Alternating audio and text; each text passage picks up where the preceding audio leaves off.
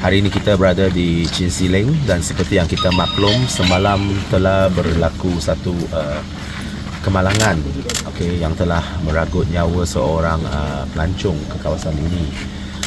Sebelum apa-apa, saya mewakili kerajaan negeri mengucapkan takziah kepada keluarga beliau dan keluarga bangsa. Kita akan cuba bantu apa yang boleh kepada pihak keluarga. Itu nombor satu. Jadi nombor dua, seperti yang tuan-tuan dah faham, kawasan ini merupakan kawasan pelancongan antara yang orang kata lebih dikenali di dalam negeri Perak ataupun di dalam Ipohnya sendiri. Antara salah satu tarikan kepada negeri Perak adalah tentunya adalah gua-gua kita yang cantik dan menarik, dan terutamanya gua-gua batu kapur kita. Untuk makluman ramai bahawa keselamatan pelancong merupakan prioriti keutamaan kepada kerajaan negeri Perak. Jadi kita sebenarnya berhasrat dan untuk menjaga dan juga semana yang kita mampu untuk menjaga keselamatan setiap pelancong yang masuk ke negeri Perak ini. Tetapi malang tidak berbau, kemalangan juga berlaku semalam dan kerajaan negeri Perak memandang serius terhadap apa yang telah berlaku. Saya telah berbincang dengan wakil rakyat tempatan dan juga pegawai-pegawai yang terlibat. Kita rasa ada keperluan untuk kita melihat semua terutamanya aspek-aspek keselamatan.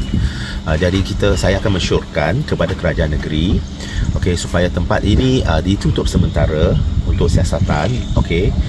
Of course siasatan nombor satu sebab kemalangan lah, itu nombor satu, oleh agensi-agensi yang terlibat. Nombor dua, kita juga penutupan sementara ni juga tertakluk kepada hasil siasatan dan juga mitigasi sekiranya perlu dan ada yang dicadangkan oleh pakar-pakar pada kemudian hari lah. Jadi ini kita akan cadangkan penutupan sementara kepada kawasan ini supaya ia dapat menjamin kepada keselamatan pelancong-pelancong.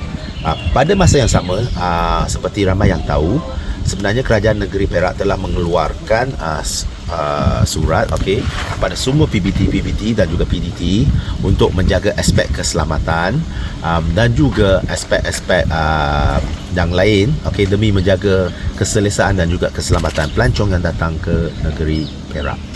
YB, mangsa tadi laporan berita yang sebelum ni pemandu pelancong, bukan pelancong ni. Sebenarnya terdapat sedikit kesilapan tu. Sebenarnya mangsa tu merupakan seorang pelancong sendiri. Cumanya dia membawa kawan-kawan atau kenalan dia datang melancong. So apabila is somewhere lost in translation lah, bila dikatakan dia membawa pelancong, maka disangkakan bahawa dia adalah pemandu pelancong. Tetapi beliau bukan pemandu pelancongan, dia membawa kawan-kawan dia untuk melancong. Pelancong Vietnam lah, daripada Vietnam. Beliau merupakan orang Perak juga, Pangko kalau saya tak silap. And then membawa kawan-kawan dia, kenalan dia daripada Vietnam lah. Alright.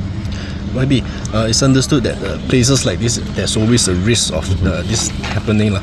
So is it just this place, just only this place will be closed, or other surrounding areas like the temples, cave temples that we have nearby? Alright.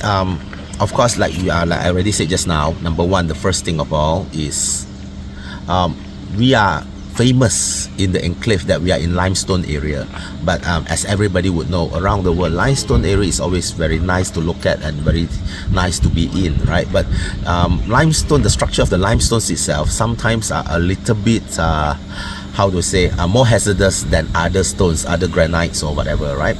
So in that sense, in whatever ecotourism area, be it at limestones, at hills area, in the jungle, at the lake, at the sea or whatever, there are bound to be some sort of risk that is involved lah.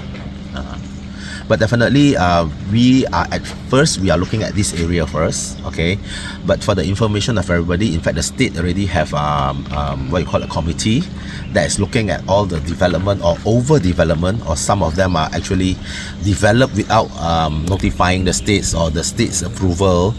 So we're actually looking at, and we would have a cover policy to cover all this together to make sure that the safety of the people that's actually coming in, right, be it they are tourists or those who are building temples or farming or whatever that is near, especially the foothills.